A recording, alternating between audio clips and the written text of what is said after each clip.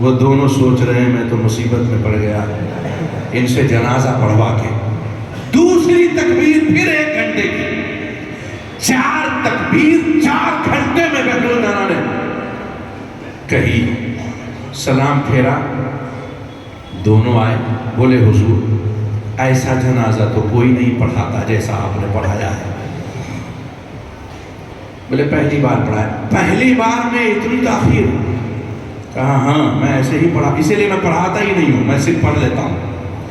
کہا ٹھیک ہے پڑھایا ہے، یہ تو بتائیے کہ آپ نے 4 گھنٹے میں جنازہ پڑھا کیا؟ پہلی تکبیر 1 گھنٹے کی، 1 منٹ کی تکبیر 1 گھنٹے میں پڑھی آپ نے۔ کہا جب میں نے نیت باندھی نا تو قبرستان کی ساری میت آ گئی۔ کہا حضور آپ پڑھا رہے ہیں، میری بھی پڑھا دے۔ دوسرے آ گئے، میری بھی پڑھا دے۔ ہم نے کہا تمہاری تو ہو گئی، بولے وہ ہو گئی تھی مگر قبر میں عذاب ہو رہا ہے، اس یقین سے آیا ہوں آپ نے پڑھا دی تو عذاب ہو رہی ہے۔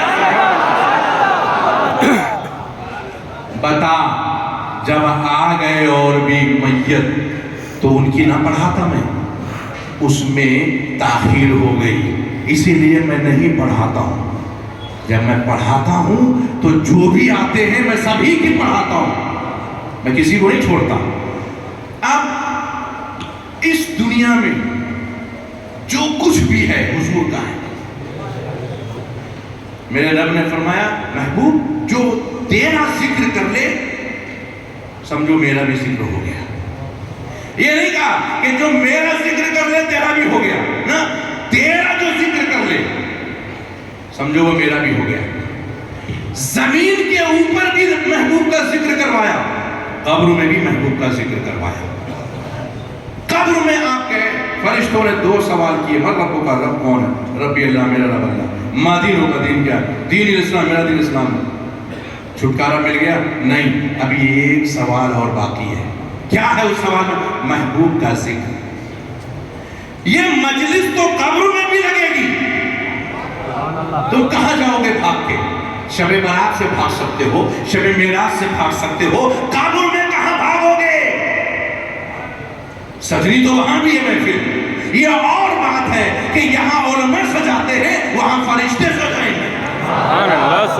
یہ اور بات ہے کہ یہاں علماء سجاتے ہیں، وہاں فرشتے سجائیں گے۔ محفل تو محبوب کی ہر جگہ سجنی ہے۔ ما کنت تقول فی حق حاضر الرجل، بتا اس مرد کے بارے میں کیا کہا کرتا تھا؟ وہ مرد کون ہے؟ وہی تو اللہ کا محبوب ہے، انہی کو تو اللہ کے رسول کہتے ہیں۔ قبر کھودنے والے نے اپنی آنکھ کی دیکھی ہوئی ایک کہانی بتائی، نام تھا اس کا ابن مسلم۔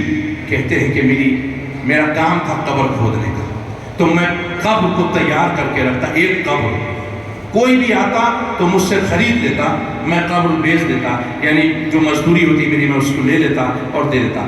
1-2 دن کوئی میت نہیں آئی، میں خالی بیٹھا ہوا تھا، ایک قبر تیار کیا۔ میں نے سوچا خالی بیٹھا ہوں، لاؤ دوسرا تیار کرتا ہوں۔ میں نے دوسری قبر تیار کی، پھر میں نے سوچا کہ خالی ہی تو بیٹھا ہوں، ایک اور کر دوں۔ میں نے تیسری قبر تیار کر دی۔ 3 قبر جب تیار ہوا تو ایک ہی دن 3 میت آ گئے۔ پہلی میت جب آئی تو 10 لوگ اس کے ساتھ تھے، 4 نے کاندھا دیا، 6 اس کے ساتھ تھے۔ ہم نے کہا اتنے کم لوگ میت میں؟ کہا یہ بہت غریب آدمی تھا۔ اچھا تو غریبوں کی میت میں کم لوگ جاتے ہیں؟ کہا یہ غریب آدمی تھا اسی لیے کم لوگ آئے۔ جب اس کو قبر میں دفنایا اور دفنا کے وہ چلے گئے تو وہ شخص کہتا میں نے آسمان سے 2 نوری فرشتے قبر میں اترتے ہوئے دیکھا، اور جب وہ قبر کے پاس کھڑے ہوئے دونوں تو ایک نے دوسرے فرشتے سے کہا لکھو 12 میل لمبائی اور 12 میل چوڑائی اس کے لیے، اور وہ دونوں چلے گئے۔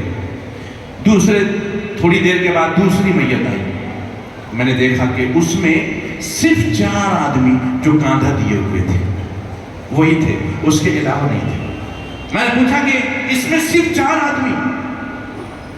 بولے ہاں، یہ کون آدمی ہے کہ صرف 4 آدمی ہیں؟ اس نے کہا کہ یہ تو ہم بھی نہیں جانتے کہ یہ کون ہے۔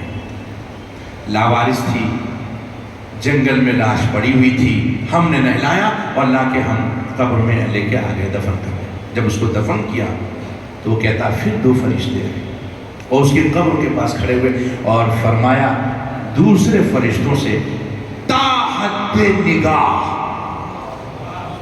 اس کے لیے وسیع کر دو، تا حد نگاہ، پہلے والے کے لیے 12 میل، اس کے لیے تا حد نگاہ، اور وہ چلے گئے۔ تیسری میت ہزاروں کی تعداد میں لوگ آئے، بہت بڑی تعداد میت کے ساتھ۔ دفن کرنے کے بعد ابن مسلم نے پوچھا اس میت سے، میت کے گھر والوں سے، یہ کس کی میت ہے، اتنے لوگ آئے؟ بولے یہ بہت بڑے سیٹھ کی بیوی کی ہے، وہ سیٹھ بہت پیسے والا آدمی، اسی لیے اتنے لوگ اس کی میت میں آئے۔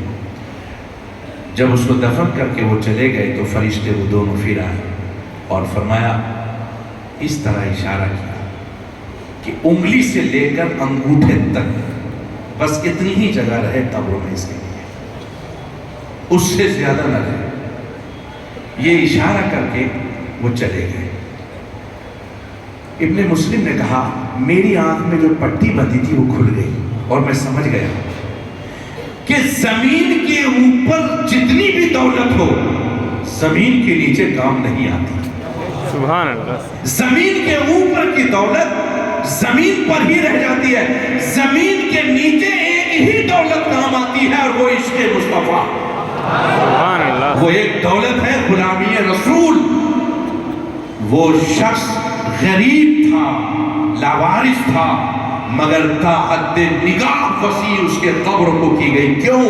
اس لیے کہ اس کی زبان پر تلاوت زیادہ تھی قرآن کی، اس کی آنکھوں میں آنسو زیادہ تھے، اس کے دل میں رسول کی محبت زیادہ تھی، وہ مسجد کا عادی ہو چکا تھا، وہ اللہ کے گھر میں ایسا رہتا تھا جیسے کسی نے کیل ٹھوک دی ہو۔ کیل دیوار سے نکالنے میں جتنی پریشانی ہوتی ہے ایسے اس بندے کو مسجد سے نکالنے میں پریشانی تھی، اسی لیے اس بندے کو اللہ نے تا حد نگاہ رحمت وسیع کر دی اور جہاں تک نگاہ جائے جنت کا دروازہ اس کے لیے کھول دیا گیا۔ پیسہ دولت یہ زمین کے نیچے کام نہیں آتا، زمین کے نیچے صرف غلامی رسول، عشق رسول، سنی صحیح العقیدہ ہونا، یہ زمین کے نیچے کام آتا ہے۔ حضرت جنید بغدادی رضی اللہ تعالیٰ عنہ بہت بڑے اللہ کے ولی، کسی نے خواب میں دیکھا کہ میں عرش معلیٰ کاندھے پر لیے جا رہا ہوں، عرش معلیٰ کاندھے پر لیے جا رہا ہوں، خواب میں دیکھا۔ خواب بہت پیارا تھا، اس نے سوچا کہ لاؤ میں